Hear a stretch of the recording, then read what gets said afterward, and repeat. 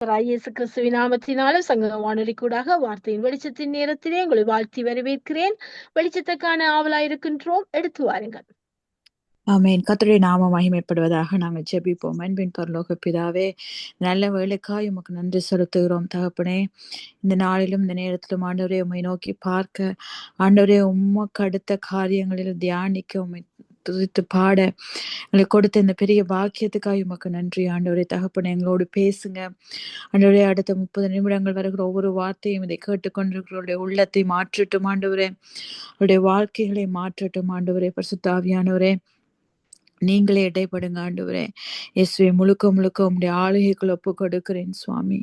ஆண்டவரே, உம்முடைய கிருபையினால் தாங்குங்க சுவாமி. இயேசுவை நாமத்தினாலே ஜெபிக்கிறேன் எங்கள் நல்ல பிதாவே. ஆமென், ஆமென். கர்த்தருடைய நாமத்துக்கு மகிமை உண்டாவதாக. இன்றைய நாளிலும் நாங்கள் ஒரு குறிப்பிட்ட காரியத்தை நாங்கள் ஒரு நோக்கத்துக்காக படைக்கப்பட்டிருக்கிறோம் என்கின்ற தலைப்புல ஒரு சில காரியங்களை நாங்கள் தியானிக்க போகிறோம்.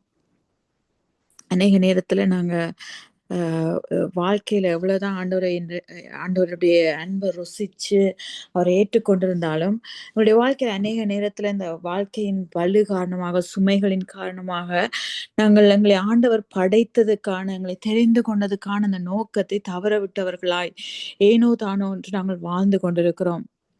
இப்ப ஒரு எக்ஸாம்பிளுக்கு, என்னுடைய கரங்கள்ல நான் இருக்கிற இந்த வாட்ச் அந்த உலகத்துல எது உருவாக்கப்பட்டாலும் அது ஒரு நோக்கத்தோடு உருவாக்கப்பட்டிருக்கிறது. அதே போலதான் எங்களை ஆண்டவர் உருவாக்கும் போதும் ஒரு நோக்கத்தோடு தான் உருவாக்கி இருக்கிறார். ஸோ இந்த எக்ஸாம்பிளுக்கு இந்த வாட்ச் எடுப்போம் என்று சொன்னால், இந்த வாட்சை ஒரு நோக்கத்தோடு உருவாக்கப்பட்டிருக்கிறது. அதாவது ஒரு நேரத்தை பார்க்கிறதுக்கு, இந்த கரங்கள்ல இந்த இடத்துல கட்டப்படுவதற்கு, இந்த இடத்துல நேரத்தை அது பார்க்கிறதுக்கு அது உதவியா இருக்கும் என்கின்ற ஒரு நோக்கத்தோடு, மற்றவர்களுக்கு சரியான நேரத்தை சொல்லும்படியாக ஒரு நோக்கத்தோடு இந்த வாட்ச் உருவாக்கப்பட்டிருக்கிறது. இந்த வாட்சை கொண்டு நான் கழட்டி இதால மற்றவர்களை அடிக்க முடியுமா? முடியும். மற்றவர்களை காயப்படுத்த முடியுமா? முடியும். அதை அடிச்சு நொறுக்க முடியுமான்னு முடியும். ஆனா அந்த வாட்ச் அதுக்காக ஒருத்தரை தாக்குவதற்காக அல்லது ஒருத்தர் மண்டையில அவரை தாக்க நினைக்கும் போது இதை கழட்டி இதால் அடிக்கிறதுக்காக அது உருவாக்கப்படவில்லை.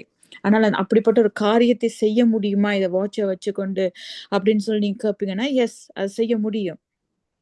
ஆனால் அது உருவாக்கப்பட்டதற்கான நோக்கமும் வேறொன்றாய் இருக்கிறது.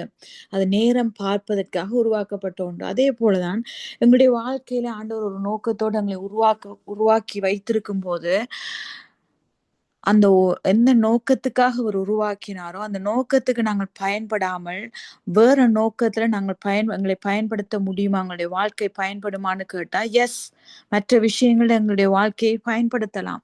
இன்னொருவரை அநேக நேரத்துல எங்களுடைய வாழ்க்கையின் நோக்கங்கள் தாறுமாறாகி ஒன்று நாங்க எங்களுடைய வாழ்க்கையை அபியூஸ் பண்ணினவர்களாய் வாழ்ந்து கொண்டிருக்கிறோம், அல்லது மற்றவர்கள் எங்களை அபியூஸ் பண்ணுகிற விதமாய் நாங்கள் வாழ்ந்து கொண்டிருக்கிறோம். மற்றவர்கள் எங்களை நோகடிக்கிற விதத்துல எங்களுடைய வாழ்க்கையின் நோக்கத்தை சரியாக செலுத்த முடியாம அவங்களுடைய தவறான பாதையில நடத்துவதற்கு நாங்கள் அனுமதிக்கிறவர்களா இருக்கிறோம். எங்களுடைய நேரத்தை தேவையில்லாத விஷயத்துல எங்களுடைய நோக்கத்தை தெரிந்து கொள்ளாதது நிமித்தம் ஆண்டவர் அதற்காக எங்களை படைத்திருக்கிறார் என்கின்ற நோக்கத்தை சரியா இனம் கண்டு கொள்ளாதது நிமித்தம் நாங்க எங்களுடைய நேரத்தை தேவையில்லாத காரியத்துல செலவழித்து கொண்டிருக்கிறவர்களா இன்றைக்கு அநேகர் வாழ்ந்து கொண்டிருக்கிறோம். அது மாத்திரம் இல்லாமல் மற்றவர்கள் எங்களை இன்ஃப்ளூயன்ஸ் பண்ணி எங்களுடைய நேரத்தை நாங்க ஒருவேளை வீணடிக்காம இருக்கலாம், ஆனால் எங்களை சுத்தி இருக்கிறவர்கள் எங்களை இன்ஃப்ளூயன்ஸ் பண்ணி அந்த நேரத்தை வீணடிக்கிறதுக்கு ஏற்றவாறு எங்களுடைய வாழ்க்கை அமைந்து விடுகிறது. இதெல்லாம் நாங்கள் ஆண்டவர் எங்களை படைத்ததற்கான நோக்கத்தை விட்டு எங்களை வழி விலக செய்து நாங்கள் கடைசியில் இந்த உலகத்தை விட்டு போகும்போது அவர் எதற்காக எங்களை படைத்தாரோ அந்த நோக்கத்தை நிறைவேற்றாமல் நாங்கள் வாழ்க்கையை முடிக்கிறவர்களாய் காணப்பட்டு விடுவோம். நிறைய நேரத்துல நிறைய பேர் நினைக்கிறாங்க, ஆண்டவர் ஒருவேளை என்ன ஒரு விஷயத்துக்காக படைத்திருப்பார் என்று சொன்னால் அதை கட்டாயம் என்னை கொண்டு நிறைவேற்றுவார் என்று. ஆஃப்கோர்ஸ் ஆண்டவர் ஒரு பர்பஸோட எங்களை படைத்திருக்கிறார். ஆனால் எங்களுடைய காரியங்களின் நிமித்தம், எங்களுடைய கிரியைகளின் நிமித்தம் அந்த பர்பஸுக்கு பயன்படாமல் வேறொன்றுக்கு பயன்படுகிறவர்களாய், தேவையில்லாத ஆண்டவர் நியமிக்காத ஒரு காரியத்துக்கு பயன்படுகிறவர்களாய் நாங்கள் இருந்தவங்களுடைய வாழ்க்கையை முடிக்க முடியும். ஆனால் அதுவல்ல முக்கியம். நம்முடைய வாழ்க்கையின் அப்பிராயமாய் நாங்கள் நினைக்க வேண்டிய ஒரு முக்கியமான காரியம் என்னவென்று சொன்னால், நாங்கள் ஆண்டவர் எதற்காக எங்களை படைத்திருக்கிறாரோ அந்த நோக்கத்தை நிறைவேற்றுகிறவர்களாய் நாங்கள் இருக்க வேண்டும். முதலாவது நாங்கள் ஒரு காரியத்தை புரிந்து கொள்ள வேண்டும். நாங்கள் கட்டாயமாக ஒரு நோக்கத்தோடு தான் படைக்கப்பட்டிருக்கிறோம். ஆண்டவர் சில பேருக்கு தான் நோக்கம் வைத்திருக்கிறார். தன்னுடைய காரியங்களுக்காக, தன்னுடைய ராஜ்யத்துக்காக ஆண்டவர் ஒரு சிலருக்கு தான் அந்த நோக்கத்தை வைத்திருக்கிறார் என்று சொல்லி அநேகர் நினைக்கிறாங்க. இன்னும் சில பேர் நினைக்கிறாங்க, என்னுடைய வாழ்க்கையின் நோக்கம் எல்லாம் நான் எந்த பிரச்சனையும் இல்லாமல் ஒரு நல்ல செல்வ செழிப்போட வாழ்ந்து ஒரு நல்ல வேலை எடுக்கிறது தான் என்னுடைய நோக்கம். குழந்தைகளை நல்ல கல்யாணத்தை கட்டுவதுதான் என்னுடைய நோக்கம். குழந்தைகளை பெற்றெடுப்பது நோக்கம். நல்ல வழியா நான் ரிட்டையர் ஆகிறது, இதுதான் ஆண்டவர் எனக்காக வைத்திருக்கிற நோக்கம். அதாவது எந்த அல்லு தொல்லையும் இல்லாம நான் ஒரு அமைதியான வாழ்க்கையை வாழ்ந்து முடித்து விட வேண்டும், இதுதான் என்னுடைய நோக்கம் என்று சொல்லி நாங்கள் நினைத்து கொண்டிருக்கிறோம். அன்பானவர்களே, அது எல்லாருமே விரும்புகிற ஒரு காரியம். ஆண்டவர் நீங்க நல்லா இருக்கணும்னு நினைக்கிறார், அதுல எந்த மாற்று கருத்தும் இல்லை. ஆனால் தேவனுடைய ராஜ்யத்துக்கு என்று ஆண்டவர்களை ஒவ்வொருவரையும் இனம் பிரித்திருக்கிறார், கண்டு கொண்டிருக்கிறார். ஆண்டவருடைய ராஜ்யத்துக்கு என்று ஒரு நோக்கத்தோடு எங்களை படைத்திருக்கிறார். அதை புரிந்து கொள்ளாத வரைக்கும் நாங்கள் ஒரு தவறான காரியத்துக்கு பயன்படுகிறவர்களாய் எங்களுடைய வாழ்க்கை மாறிவிடும். அப்ப நீங்க நினைக்கலாம், அப்ப என்னுடைய நோக்கத்தை நான் இனம் கண்டு கொண்டு கஷ்டப்பட்டு அந்த நோக்கத்தை நிறைவேற்ற வேண்டுமா? நல்லா மனதுல நினைவுல கொள்ளுங்க, எங்களுடைய நோக்கத்தை நிறைவேற்றுவது எங்களுடைய கரங்கள்ல இல்லை. எங்களை ஆண்டவர் எதற்காக படைத்திருக்கிறாரோ அந்த நோக்கத்தை அக்கம்ப்ளிஷ் பண்ணுவது, அதை நிறைவேற்றுவது ஆண்டவருடைய கரத்துல இருக்குது. அதை நிறைவேற்றுபவர் அவர்தான். அப்படியானால் இதுல எந்த தப்பு என்ன இருக்குது? அவர்தான் நிறைவேற்றுகிறார், அவரே தன்னுடைய நோக்கத்தை நிறைவேற்றட்டுமே. அப்படி அல்ல, அந்த நோக்கத்தை கொடுத்த அவரை நாங்க அவர் மேல எங்களுடைய கண்கள் பதிய வைத்திருப்பது, அதுதான் ஆண்டவர் எங்களிடத்துல எதிர்பார்க்கிற ஒரு காரியமா இருக்கிறது. ஆண்டவர் எங்களுக்காக பர்பஸ கொடுத்தவரை நோக்கி பார்க்கிறது. அவரோட எங்களுடைய வாழ்க்கை இணைந்திருக்கும் போது அவர் எதற்காக எங்களை படைத்திருக்கிறாரோ அந்த நோக்கத்தை அவர் எங்கள் மீது நிறைவேற்றுவதற்கு வல்லவராய் இருக்கிறார். இன்றைக்கு அநேகர் தாங்கள் நல்லபடியா வாழணும், நான் எப்படியாவது பணக்காரனாயிட வேண்டும், நான் பெருகிவிட பெருக்கத்தை பார்க்க வேண்டும், என்னுடைய வாழ்க்கையில ஒரு செல்வ செழிப்பாய் வாழ்ந்து விட வேண்டும் என்று சொல்லி தேவையில்லாத வழிகள்ல அதை அதை எப்படியாவது அக்கம்ப்ளிஷ் பண்ணிவிட வேண்டும் என்று சொல்லி தேவையில்லாத காரியங்களை ஈடுபட்டு இன்றைக்கு தங்களுடைய வாழ்க்கையை தொலைத்தவர்களாய் இன்றைக்கு அநேகர் வாழ்ந்து கொண்டிருக்கிறார்கள். நன்றாக புரிந்து கொள்ளுங்க, உங்களுடைய வாழ்க்கையின் காரியத்தை நோக்கத்தை நிறைவேற்றுபவர் அவர். அந்த நிறைவேற்றுபவர் மீது கண்களை பதிய வைத்து அவருக்கு அவைலபிளா இருக்கிறது. ஆண்டவரே, என்னுடைய வாழ்க்கை உம்முடைய கரத்துல நான் கொடுக்கிறேன், என்னுடைய அவைலபிலிட்டி அவருக்கு கொடுக்கிறதும், நான் காத்திருக்கிறேன், நான் தயாராயிருக்கிறேன் என்று சொல்லி எங்களை சமர்ப்பிக்கிற அந்த சமர்ப்பணமும், அவர் மீது பதிய வைத்த கண்களும், நோக்கத்தை தருகிறவர் மீது கண்களை பதிய வைத்தவர்களாயும் நாங்கள் இருக்க வேண்டும். அதுதான் ஆண்டவர் எதிர்பார்க்கிற விஷயம். என்னுடைய நோக்கம்தான் என்ன? அநேக நேரத்துல நாங்க இந்த கொஸ்டின் எல்லாருக்குமே வருகிற ஒரு காரியம், என்னுடைய நோக்கம் தான் என்ன, நான் எப்படி அதை இனம் கண்டு கொள்வது என்று சொல்லி எழுதி இருக்கிறது. எங்களுடைய நோக்கம் என்ன என்றத வேதத்துல எழுதப்பட்டிருக்கிறது. உங்களுடைய வாழ்க்கையில ஆண்டவர் என்ன திட்டம் வைத்திருக்கிறாரோ, எங்களுடைய வாழ்க்கையில என்ன காரியத்தை செய்ய ஆண்டவர் நியமித்திருக்கிறாரோ அது எல்லாவற்றிலையும் ஆண்டவர் அதை எங்களுக்காக எழுதி வைத்திருக்கிறார். எங்களோடு பேசுகிற தெய்வம் அவர். இங்கே ஏசாயாவுல பார்க்கும்போது ஆண்டவர் இயேசு கிறிஸ்து இந்த உலகத்துக்கு அவர் என்ன காரியத்தை, என்ன திட்டத்தை செயல்படுத்த போகிறார் என்பதை அங்கே பல 1000 வருடங்களுக்கு முன்பதாக அங்கே வசனத்துல எழுதி வைக்கப்பட்டிருந்தது. எப்படிப்பட்ட காரியத்தை அவர் நிறைவேற்ற போகிறார், மோசவினால் ஏற்பட்ட அந்த நியாய பிரமாணத்தை அவர் நிறைவேற்ற போகிறார் என்கின்ற அந்த காரியம் அங்கே எழுதப்பட்டிருக்கிறது. அதே போலதான் எங்களுடைய வாழ்க்கையிலும் நாங்க என்ன செய்ய வேண்டும் என்பது நமக்கு எழுதப்பட்டிருக்கிறது. ஆண்டவர் எங்களுடைய வாழ்க்கையில தாயின் கருவில எங்களை உருவாக்கும் முன்னமே ஆண்டவர் எங்களுக்கான காரியத்தை அவர் எழுதி வைத்திருக்கிறார். நாங்கள் எதை செய்வதற்காக நியமிக்கப்பட்டிருக்கிறோம் என்கின்ற பூரண திட்டத்தை ஆண்டவர் அங்கே எங்களுக்காக ஏற்படுத்தி விட்டார். அவர் எதிர்பார்க்கிறதெல்லாம், he doesn't compel you, he wants us to comply to his words.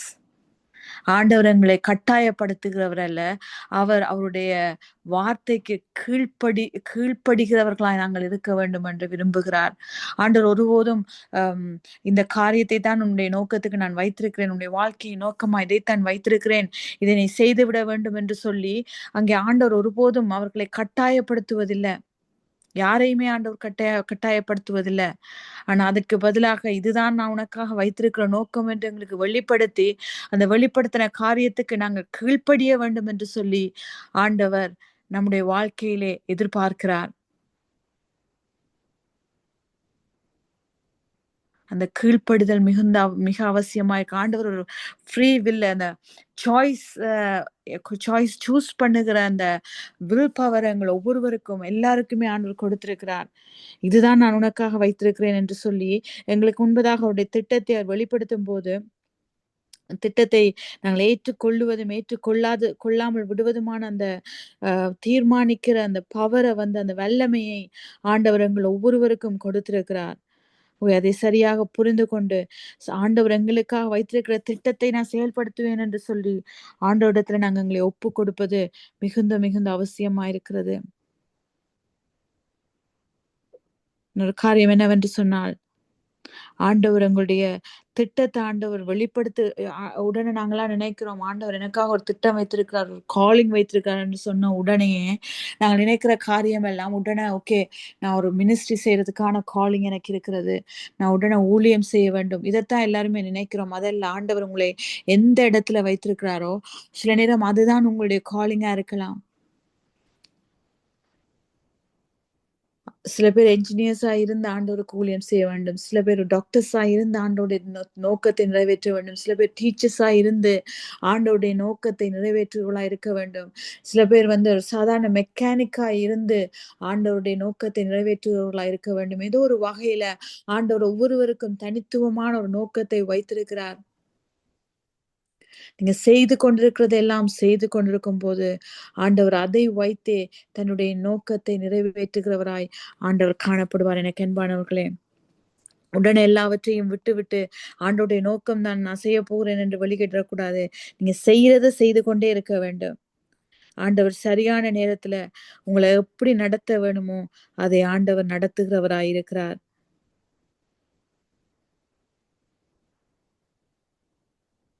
அங்கே பேதுருவை ஆண்டவர் தன்னுடைய நோக்கத்துக்காக அழைக்கும் போது ஆண்டவர் உடனே பேதுருவை சொல்லல, நீ எல்லாத்தையும் விட்டு போட்டு என்னிடத்துல வா, நான் உடனே அவனை பார்த்த உடனேயே ஆண்டவர் நீ வான்னு சொன்னோன்னு அவன் வெளிக்கிட்ட வரையில, அவன் தான் செய்கிற காரியத்தை செய்தான்.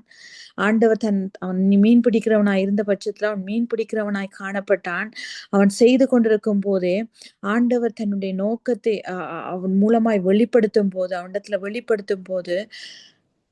அவன் செய்து கொண்டிருந்ததை எல்லாம் விட்டு ஆண்டவர் தெளிவான ஒரு காலிங்கை கொடுக்கும்போது, அழைப்பை கொடுக்கும் போது எல்லாவற்றையும் விட்டு ஆண்டவர் பின்னாக செல்லுவதற்கு துணிந்தவனாய் அங்கே அவன் வெளிக்கிட்டு வருவதை நாங்கள் வாசிக்க முடிகிறது. அதே போல நாங்கள் செய்கிறத செய்யும் போது ஆண்டவர் சரியான நேரத்துல எதை செய்து உங்களுக்கு தான் எங்களுக்காக வைத்திருக்கிற நோக்கத்தை வெளிப்படுத்தணுமோ அந்த நேரத்துல அவர் வெளிப்படுத்தும் போது நீங்க அதை ஆண்டோடைய நோக்கத்துக்கும் திட்டத்துக்கும் உங்களை முழுமையாய் அர்ப்பணித்தவர்களாய் நீங்க உங்களுடைய வாழ்க்கையை வழிநடத்த செல்ல முடியும்.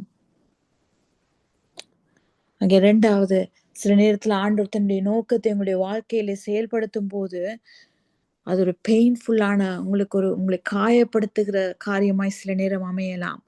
சில நேரத்துல ஆண்டவர் தன்னுடைய நோக்கத்துக்காக உங்களை அழைக்கும் போது நீங்க நிறைய நேசிச்ச காரியத்தை விட வேண்டி இருக்கலாம், அல்லது நீங்க சூஸ் பண்ணி ஆண்டோடைய நோக்கத்துக்கு காலடி எடுத்து வைக்கிற அந்த பாதை உங்களை காயப்படுத்துகிற பாதையாய் இருக்கலாம். எல்லா நேரமுமே ஆண்டவருடைய அழைப்பை ஏற்று நாங்க அந்த அழைப்புல போக நினைக்கும் போது அது ஒரு பெரிய ஒரு கேக் வாக்காக ஒரு என்ஜாய் பண்ணுகிற ஒரு பாதையா இருக்க போவதில்லை. அநேக நேரத்துல ஆண்டவர் அழைக்கிற பாதைகள் முள்ளும் கல்லும் முள்ளும் ஒரு கடினமான ஒரு பாதையாய் அங்கே அமைகிறதா இருக்கிறது. அநேக மிஷினரிகள் இந்த உலகமெங்கிலும் போய் தேவனுடைய வார்த்தை அநேக மக்களுக்கு, புறஜாதி ஜனங்களுக்கெல்லாம், அநேக நாடுகளுக்கு, வசனமே போகாத இடத்துக்கெல்லாம் அவர்கள் கொண்டு சென்றவர்கள்.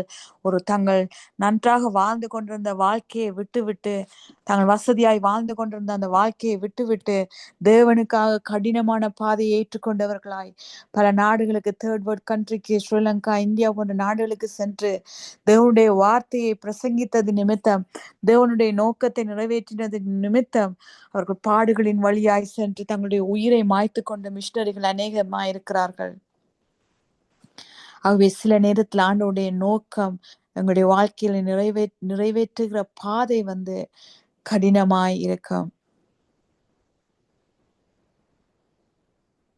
ஆனால் நாங்கள் ஒரு காரியத்தை புரிந்து கொள்ள வேண்டும். எதுவாய் இருந்தாலும் ஆண்டவருக்காக நாங்கள் செய்யும் போது அது எப்படிப்பட்ட காரியமாய் இருந்தாலும், கடினமான பாதையாயிருந்தாலும், அதுதான் எனக்காக அழைக்கப்பட்ட அழைப்பு, எனக்காக ஆண்டவர் வைத்திருக்கிற நோக்கம் என்பதை புரிந்து கொண்டவர்களாய் அதை உடனே நிறைவேற்றுவதற்கு தாமதிக்காமல் செயல்படுத்துகிறவர்களாய் நாங்கள் இருக்க வேண்டும்.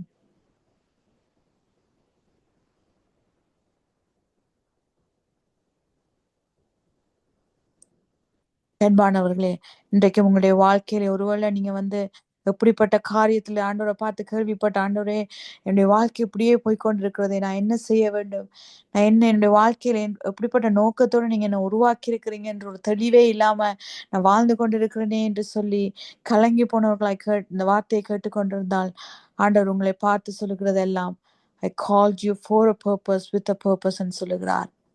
ஒரு நோக்கத்துக்காக உன்னை அழைத்திருக்கிறேன், ஒரு நோக்கத்தோடு உன்னை அழைத்திருக்கிறேன், உன்னை உருவாக்கினேன் என்று ஆண்டவர் சொல்லுகிறார். யாருமே எந்த நோக்கமும் இல்லாமல் இந்த உலகத்துல படைக்கப்படுவதில்லை. மனுஷன் உருவாக்குகிற ஒவ்வொரு சாமானுக்குமே ஒரு நோக்கம் இருக்கும் என்று சொன்னால், சர்வ வல்ல தேவன், சர்வ வல்லமை உள்ளவர், அவர் படைப்பின் தெய்வம், படைக்கிறவர், அந்த ஒரு கிரேட்டஸ்ட் ஒரு உருவாக்குகிற தெய்வம் தன் படைத்த ஒவ்வொரு காரியத்துக்கும் ஒவ்வொரு நோக்கம் வைக்காமல் போவது எப்படி? ஒரு நோக்கத்தோடு எங்களை உருவாக்கி இருக்கிறார்.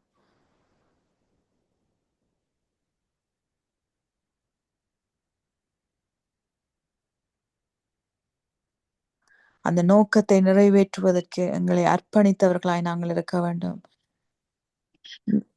ஒருவேளை மற்றவர்களால கைவிடப்பட்ட எண்ணத்துல எதுவுமே இல்லையே, என்னால எதுவுமே நிறைவேற்ற முடியவில்லை, நான் தோற்று போனவனாய் மாறிவிட்டேன், என்னுடைய சொந்த வாழ்க்கையிலேயே எந்த பயனும் இல்லாதவனாய் நான் வாழ்ந்து கொண்டிருக்கிறேன் என்று சொல்லி மற்றவர்களை போல நான் ஏதோ ஒரு வாழ்க்கையை வாழ்ந்துட்டு எப்படியாவது வாழ்ந்து முடித்து விடலாம் என்று சொல்லி வாழ்க்கையை வெறுத்தவளாய் இதை கேட்டுக்கொண்டிருந்தால், எங்களை நாங்களே தாழ்த்தி கொள்வதை நாங்கள் முதலாவது நிறுத்த வேண்டும். நாங்கள் ஒரு ஆக்சிடென்டா உருவாக்கப்பட்டு விட்டேன் என்று சொல்லி எங்களை குறித்து நினைப்பதை நாங்கள் நிறுத்த வேண்டும். We're not here in this world by accident. God created us with a purpose, for a purpose. பெரிய ஒரு திட்டத்தோடு ஆண்டவர் உருவாக்கி இருக்கிறார். அந்த நோக்கத்தை ஒவ்வொன்றையும் உங்களுடைய வாழ்க்கையில நிறைவேற்றுவதற்கு அவர் உண்மையுள்ளவராயிருக்கிறார், வாக்கு மாறாதவராயிருக்கிறார். உங்களிடத்துல அவர் எதிர்பார்க்கிறது எல்லாமே, ஆண்டவரே நான் என்னை அர்ப்பணிக்கிறேன், உங்களுடைய திட்டத்துக்கு நான் என்னை அர்ப்பணிக்கிறேன் என்று சொல்லி அர்ப்பணிக்கிறவர்களாய் நாங்கள் இருக்க வேண்டும். ஆண்டவருடைய திட்டத்தை அறிந்தவுடனே ஓகே ஆண்டவர் எனக்கு அவருடைய திட்டத்தை சொல்லிவிட்டார், அவருடைய நோக்கத்தை சொல்லிவிட்டார் என்று சொல்லி உடனே அதை நாங்கள் நிறைவேற்றுவதற்கு புறப்பட்டு போகக்கூடாது. மறுபடியும் சொல்லுகிறேன், அந்த திட்டத்தை நோக்கத்தை நிறைவேற்றுகிறவர் தேவன்தான். ஆனால் அந்த நோக்கத்தை அவர் நிறைவேற்றுவதற்கு நாங்க அவைலபிளா இருக்க வேண்டும். தவறான காரியத்துக்கு பயன்படுத்தப்பட்டு கொண்டு தவறான நோக்கத்தை நோக்கி பார்த்தவர்களாய் நாங்கள் ஓடிக்கொண்டிருக்காமல், ஆண்டவரை நோக்கி பார்த்து அவருடைய பாதபடியிலே காத்திருக்கிற போது, அவரோடு கனெக்டடாய் நாங்கள் இருக்கும் போது, எப்பொழுதும் எங்களுடைய வாழ்க்கை அவரோடு இணைந்திருக்கும் போது, அவருடைய நோக்கத்தை புரிந்து கொண்டவர்களாய், அவருடைய இருதயத்தை அறிந்தவர்களாய் நாங்களும் அவரோடு கூட நாங்கள் ஓடும் போது, அவர் அந்த நோக்கத்தை நிறைவேற்றுகிறவராய் இருக்கிறார்.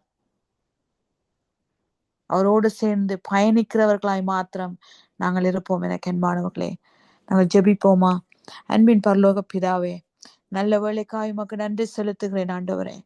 தகப்பனே, இந்த நேரத்துல ஆண்டவரே, எங்களுடைய வாழ்க்கையில் நாங்கள் நோக்கத்தோடு உருவாக்கப்பட்டிருக்கிறோம் என்கின்ற உண்மையை மறந்து போனவர்களாய், ஆண்டவரே, இந்த உலகத்துல சந்தித்த போராட்டங்களின் நிமித்தமும், ஆண்டவரே, வாழ்க்கையில் ஏற்பட்ட துன்பங்களின் நிமித்தமும், ஆண்டவரே, இந்த உலக வாழ்க்கையின் சுமைகளின் நிமித்தம் சுவாமி, நோக்கத்தை தவற விட்டவர்களாய், எதற்காகவோ உருவாக்கப்பட்டு இன்றைக்கு எதற்காகவோ பயன்படுத்தப்பட்டு கொண்டிருப்போம் என்று சொன்னால், ஆண்டவரே, ஒரு விஷயம் எங்களுடைய வாழ்க்கையை நீங்க சீரமைத்து மாற்றி விடுங்க ஆண்டவரே.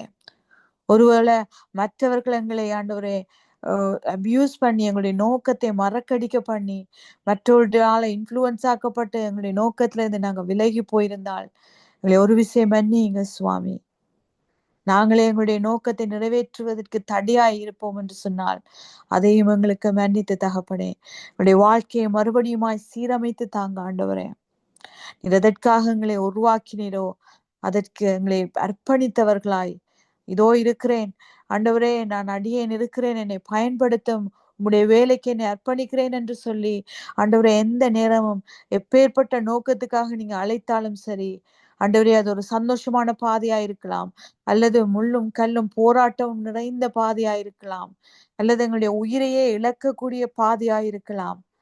ஆனால் அது உங்களுடைய நீர் எங்களுக்காக வைத்திருக்கிற நோக்கமாயிருந்தால் அதை சந்தோஷமாய் மன நிறைவோடு மன ரம்யத்தோடு அதை ஏற்றுக்கொள்ளுகிற ஒரு மன பக்குவத்தை ஆண்டவரே எங்கள் ஒவ்வொருவருக்கும் தாங்க சுவாமி.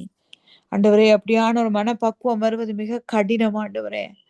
உலகத்துல மற்றவர்களை பார்த்து அவன் இப்படி இருக்கிறான், இவன் இப்படி இருக்கிறான் என்று சொல்லி கம்பேர் பண்ணி ஆண்டவரே, நீர் எங்களுக்காக வைத்திருக்கிற நோக்கத்தை விட்டு விலகி விடாதபடிக்கு ஆண்டவரே ஜாக்கிரதையா இருக்க ஆண்டவரே, என்னுடைய வாழ்க்கையை நான் மற்றவர்களோடு இணைத்து பார்க்க மாட்டேன். என்னுடைய வாழ்க்கை எப்படிப்பட்டதா இருந்தாலும் தேவன் உருவாக்கின அவர் எனக்காக வைத்திருக்கிற நோக்கத்தை மாத்திரம் நான் பார்ப்பேன். அந்த நோக்கத்தை நிறைவேற்றுகிற தெய்வத்தை நோக்கி பார்த்தவனாய் நான் ஓடுவேன் என்று சொல்லி எங்களுடைய வாழ்க்கையை நாங்கள் இன்றைக்கு அர்ப்பணிக்கிறோம் தகப்பனே. எதற்காக எங்களை உருவாக்கினீரோ, எந்த நோக்கத்துக்காக எங்களை படைத்தீரோ அதை கட்டாயம் நிறைவேற்றி முடித்தவர்களா எங்களுடைய வாழ்க்கையை நாங்கள் முடிக்க எங்களுக்கு உதவி செய்யுங்க ஆண்டவரே. அதை நிறைவேற்றாமல் வெறும் கையோடு நாங்கள் உண்மை சந்திக்காதபடிக்கு சுவாமி ஆண்டவரே, என்னை உருவாக்கினதுக்கான நோக்கத்தை நிறைவேற்றி உடைய ராஜ்யத்துக்கு பயன்பட்டவர்களாய் நாங்கள் வாழ எங்களுக்கு உதவி செய்யுங்க ஆண்டவரே. உலகத்தாரை போல ஆண்டவரே நானும் வாழுகிறேன், நான் கல்யாணம் முடிச்சு வீடு வாங்கி புள்ள வைத்து இப்படி சாதாரணமாய் உலகத்தானை போல நாங்கள் சிந்திக்காதபடிக்கு தேவனுக்கு அடுத்த காரியங்களை சிந்தித்தவர்களாய், அப்படிப்பட்ட காரியங்களுக்கு எங்களை அர்ப்பணித்தவர்களாய் எங்களுடைய வாழ்க்கையை நாங்கள் வாழ எங்களுக்கு உதவி செய்யுங்க ஆண்டவரே. எந்த நிலையிலும் எங்களுக்காக எங்களுக்கு கொடுத்த அந்த மன மகிழ்ச்சியை இழந்து விடாதபடிக்கு சந்தோஷமாய் உம்மோடு இணைந்து இந்த நோக்கத்தை நோக்கி ஓடுகிற ஓட்டத்தை நாங்கள் ஓட எங்களுக்கு உதவி செய்யுங்க ஆண்டவரே. உடைய கரமங்களை நடத்துகிறதுக்காக உமக்கு நன்றி செலுத்துகிறேன். நீங்க வழி நடத்துங்க சுவாமி. தொடர்ந்து உடைய கரமங்களை நடத்தட்டும். இந்த நிகழ்ச்சியை கேட்டுக்கொண்டிருக்கிற யாராவது ஆண்டவரே நோய்வாய்ப்பட்டு ஆண்டவரே பலவீனத்தோடு சுகவீனத்தோடு தகப்பனே பிசாசின் பிடியிலே அகப்பட்டவர்களாய் ஆண்டவரே வேதனையோடு துன்பத்தோடு இதை கேட்டுக்கொண்டிருந்தால் இயேசுவின் நாமத்தினாலே அவருடைய வாழ்க்கையிலே விடுதலை உண்டாகும்படியாய் ஜெபிக்கிறேன் ஆண்டவரே. அவருடைய பலவீனத்திலே எல்லாம் ஆண்டவர் இந்த ஒரு விடுதலையை கட்டளையிடுங்க சுவாமி. ஒரு பரிபூர்ண விடுதலையோடு சுகத்தை அனுபவிக்கிற ஒரு ஆண்டவரே உம்முடைய கரத்திலிருந்து கிடைக்கிற அந்த சந்தோஷமான வாழ்க்கையை வாழ கிருபை செய்யுங்க ஆண்டவரே. ஜெயமுள்ள கிறிஸ்தவ வாழ்க்கையை வாழ கிருபை செய்யுங்க ஆண்டவரே. எல்லாவற்றுக்கு மேலாக ஜெயமுள்ள ஆவிக்குரிய வாழ்க்கையை வாழ கிருபை செய்யுங்க. கரம் கூட இருக்கட்டும் சுவாமி. இயேசுவின் நாமத்தினாலே ஜெபிக்கிறேன் எங்கள் நல்ல பிதாவே. ஆமேன், ஆமேன். ஆமேன், ஆமேன், ஆமேன். நன்றி சிஸ்டர், நன்றி. அருமையான வார்த்தை. வெளிச்சத்தின் பகுதியில நமக்கு வெளிச்சத்தை வெளிப்படுத்தின வெளிப்பாடுகளை பெற்றுக்கொண்டோம், சத்தியத்தின் ஆழத்தை கற்றுக்கொண்டோம். நோக்கம் வைத்து அழைத்திருக்கிறார். நிச்சயமாக அந்த நோக்கத்தை நிறைவேற்றுவாய். நாங்கள் வீணான நேரங்களை வீணான இடங்களுக்குள்ள வீணான காரியங்களை செலவழிக்காதபடிக்கு அவருக்கு பிரியமானது செய்து அவருடைய அழைத்தது உண்மை உள்ளவர்களுக்கு அந்த உண்மை உள்ள அழைப்புக்கு நேராய் நடத்த கர்த்தர் கிருபை செய்வார். அருமையான வார்த்தையின் வெளிச்சம் வெளிப்பாடுகளை கற்றுக் கொடுத்தீர்கள். அருமையான வார்த்தை இது உன்னுடைய நாமம் மகிமைப்பட்டது. அப்படியாக கற்றுக் கொடுத்த உங்களை எங்கள் குடும்பத்தை உங்கள் ஊழியங்களையும் கர்த்தர் நிறைவு ஆசீர்வதிப்பாராக. நன்றி சிஸ்டர். கர்த்தரை சித்தம் நாங்கள் இன்னொரு அழைப்பில் சந்திக்கும் வரைக்கும் தேவ சமாதானம் உங்களோடு கூட இருப்பதாக. நன்றி சிஸ்டர். ஆமென். கர்த்தர் உங்களை ஆசீர்வதிப்பாராக. ஆமென், ஆமென், ஆமென். அருமையான வார்த்தையின் வெளிச்சம். நிச்சயமாக நாங்கள் நினைக்கிறது ஏனோ தானோன்று எல்லோரையும் அழைத்தது போல என்னையும் அழைத்திருக்கிறார் என்று நினைக்கிறது உண்டு. அந்த சில சூழ்நிலைகள் சில பாதைகள் நம்மளை அப்படியாக சொல்ல வைத்து விடும் மாம்ச பலவீனம். ஆனா தேவன் உண்மையிலேயே நோக்கம் இல்லாமல் எங்களை அழைக்கவில்லை, நோக்கம் வைத்து அழைத்திருக்கிறார். அப்படியாக ஆபிரகாமை அழைத்தார், நோக்கம் வைத்து அழைத்தார். விசுவாச தந்தை என அழைத்தார். மூசையை அழைத்தார், நாணல் பெட்டியில வைத்தாலும் அவர் அங்கே அப்படியாக ரட்சிக்கும் ரட்சகனாக நோக்கத்தை வைத்து விட்டார். யோசுவாவை அழைத்தார், அப்படியாக வெற்றியின் பாதையாக கிறிஸ்துவினுடைய வெற்றியின் புஸ்தகம் கிறிஸ்துவை பிரதிபலிக்கிற பாத்திரமாக நடத்தி சென்றார். அப்படியாக ஒவ்வொரு பரிசுத்தவான்களையும் பரிசுத்த வாக்கியங்களையும் அழைத்ததுக்கு ஒரு நோக்கம் உண்டு. அப்படியாக பரிசுத்த வேதம் அமைந்துள்ளது. அப்படியா எங்களையும் உங்களையும் அழைச்சிருக்கிறார். அழைச்சவர் உண்மையுள்ளவர். அந்த அழைப்புக்கு நேராக நடத்துவார். சரியாற்றவருடைய நேரம் 7:54